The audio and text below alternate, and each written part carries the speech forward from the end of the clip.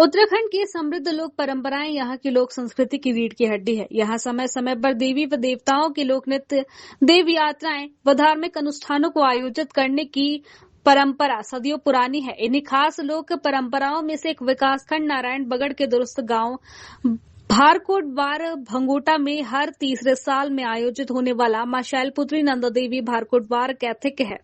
4 दिवसीय इस नंदा कैथिक में क्षेत्र के 9 गांव शामिल होते हैं, जिसमें मां नंदा देवी को परंपरागत जागरों के माध्यम से कैलाश से मायके बुलाने, पूजा अर्चना कर परंपरागत नृत्यों पर नचा लिखा कर वापस कैलाश भेजने की लोक परंपरा का प्रचलन है। मंदिर समिति के सचिव मनवर सिंह मेहरा का कहना है कि लोक परंपराओं में स्लेटा गांव के सती ब्राह्मण लोग अपनी कुलदेवी नंदा को अपने साथ ले जा रहे थे, लेकिन जब देवी की शीला यहाँ से नहीं उठी तब यहाँ देवी की पूजा की जाती है। इस स्थान से ही 12 साल में आयोजित हिमालय सचल कुंभ श्री नंदा देवी राजात यात्रा की मध्य मार्ग की मुख्य छंतोली शामिल की जाती है।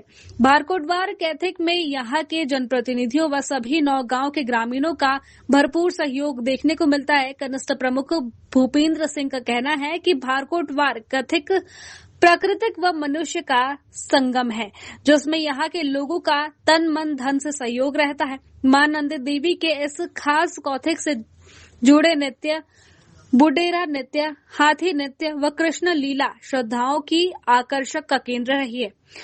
वहीं इस अवसर पर प्रदेश भर से कौथिक पे पहुंची धियाड़ियां भावुक हो गई। धियाड़ साबिता भंडारे का कहना है कि मां नंदा को ध्यान के रूप में मायका बुलाने की परंपरा है। इस कौथिक में हम धियाणियों को भी मां नंदा की तरह बुलाया जाता है और सम्मान पूर्वक विदा किया जाता है।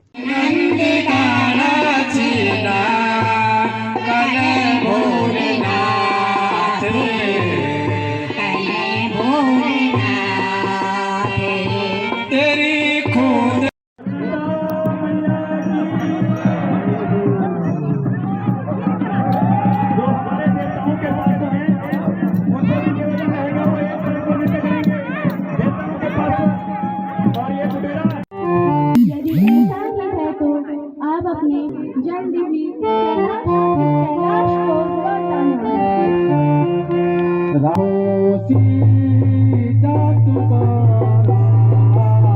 नंदा हमारी माता रानी है। मां नंदा भी वैसे ही आस पे आती है, जैसे एक ध्यान अपनी मायके में जिस आस से जाती है वैसे ही मां नंदा भी अपने मायके में आती है। और ऐसे ही मतलब जो भी फल फ्रूट ऐसे होते हैं तो अपने साथ विदा करके अपने साथ ले जाती है। आप ये बताओ कि जो मां नंदा की यहाँ पर जात होती है हर साल जो ये कार्यक्रम होता है उसमें दियाड़ियाँ भी बुलाई जाती है। हाँ जी हाँ। किस तरह से स्वागत सत्कार होता है और ओवरऑल आपको क्या कहना है इस कार्यक्रम? यहाँ पे मतलब हर तीसरे साल में मां नंदा का मेला लगता है। मां नंदा को विदा किया जाता है तो मतलब भव्य मेला होता है यहाँ पे। और हम धियाड़ियों को हर साल मतलब हर तीसरे साल में बुलाया जाता है। जो धियाड़ियाँ जहाँ भी रहती मतलब जितने दूर भी रहती है वो धियाड़ियाँ मतलब हर मतलब 2-3 दिन पहले यहाँ पहुँच जाती है को बुलाया जाता है। तो जो धियाड़ियाँ जहाँ जितने भी दूर रहती है तो हम धियाड़ियाँ यहाँ पे पहुँच जाती है मां नंदा की विदा के लिए। तो जैसे ही मां नंदा को विदा किया जाता है तो वैसे ही हम धियाड़ियों को भी यहाँ से मतलब मान सम्मान के साथ विदा किया जाता है। और यहाँ पे बहुत मान सत्कार होता है हमारा। और जय माता रानी। मनवर सिंह है, मैं इस मंदिर समिति का सचिव हूँ। अच्छा आप ये बताओ जो ये लोक परंपरा है जी नंदा देवी राजात यात्रा किस तरह से इसका जो है जुड़ाव है? सर मैं इसका पहले थोड़ा इतिहास बता दूं। पहले यहाँ पर जो है हमारे सोल्टा के सती लोग थे और ये पहले क्या होता था कि आदमी कुछ दिन एक जगह पे रहता था फिर वहाँ से पलायन होता था। तो ये लोग जब वहाँ से आए तो इनकी कुल देवी ये सती लोगों की है जो सोल्टा में रहते हैं। और ये पैतोली बार से जो है सोल्टा गए और अपनी आराध्या देवी को जो है साथ लेके हर कोई जाता है, लेकिन यहाँ पर जो है ज़्यादा भारी वो पत्थर हो गया जिसको वो ला रहे थे। हमारे मान्य पहले परंपराओं में यही है कि पत्थर को जो है मूर्ति मानते हैं और यहाँ पर ले गए तो उन्होंने कहा यार ये तो रात ही को जाएगा, दिन को तो लोग देखेंगे।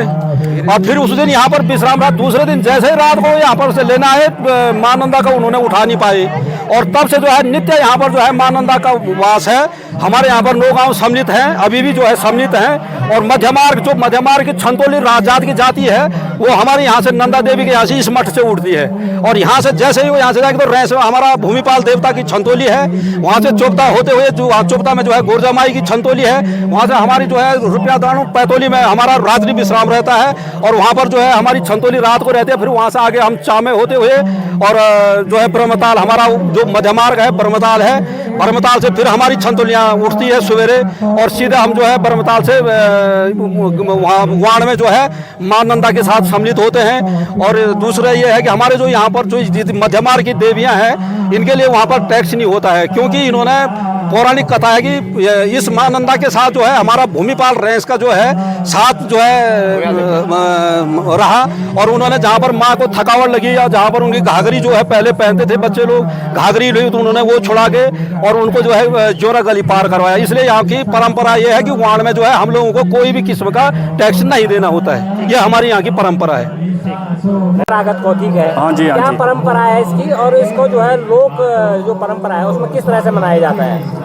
यहाँ पर साहब सबसे पहले तो मैं आपको धन्यवाद देता हूँ कि आप हमारे भारकोट बार मां नंदा के दरबार में उपस्थित हुए हैं। इसके लिए मैं आप अपने तहे दिल से शुक्रगुजार और धन्यवाद देता हूँ। प्रार्थना करता हूँ कि हमारा जो भारकोट बार में मां महानंदा का जो मेला ये चल रहा है, सबसे पहले तो हम अपने जागर सम्राट बुद्धि सिंह दानू के प्रवचनों से माँ को निमंत्रण देते हैं, उनको यहाँ मंदिर में मंगाने की कोशिश करते हैं। फिर हमारे जो धर्मगुरु लोग हैं वो उनकी पूजा पद्धति को तन मन धन से सही ढंग से निभाते हैं, और फिर वो मां नंदा को इन्वाइट करते हैं। उसके बाद जब ये हमारी पूरी कमेटी मतलब पूरा समाधान हो जाता है, तो उसके बाद 5 बजे के समय फिर मां नंदा अपने कैलाश की ओर चले जाते हैं साहब विदाई समारोह के द्वारा।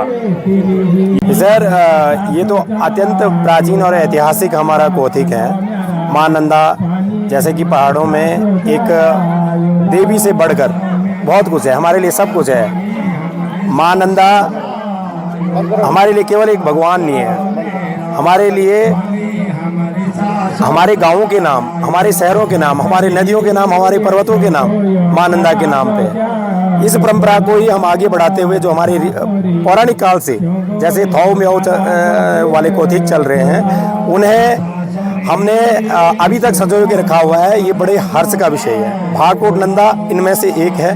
भारकोट नंदा में यहाँ पर मनुष्य और जो प्रकृति का संबंध है उसको इतना अच्छे ढंग से आपस में जोड़ा जाता, किस तरह कनेक्ट करता है। आप देख रहे होंगे कल हम मां नंदा को लेने के लिए केली बागान गए, वहाँ से केले के तने को लेकर के केले के तने से मां नंदा को घेरा जाता है, जबकि आधुनिक दौर में बहुत ही भव्य प्रकार की मूर्तियां उपलब्ध है, लेकिन उसके बावजूद भी आज भी हम मां नंदा को केले के तने से बनाते हैं। मनुष्य का जो प्रकृति के साथ किस तरह का सामंजस्य है वो यह मेला दिखाता है, पौराणिक मेला दिखाता है। और यही केला का ये पूरा कार्यक्रम है।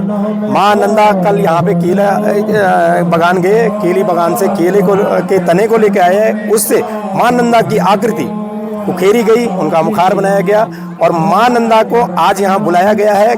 आज उन्हें खिलाया जाएगा, मायके में है वो, और इसके बाद उनका मनोरंजन किया जाएगा। घोड़े नृत्य होगा, हाथी नृत्य होगा, बुडेरा नृत्य होगा।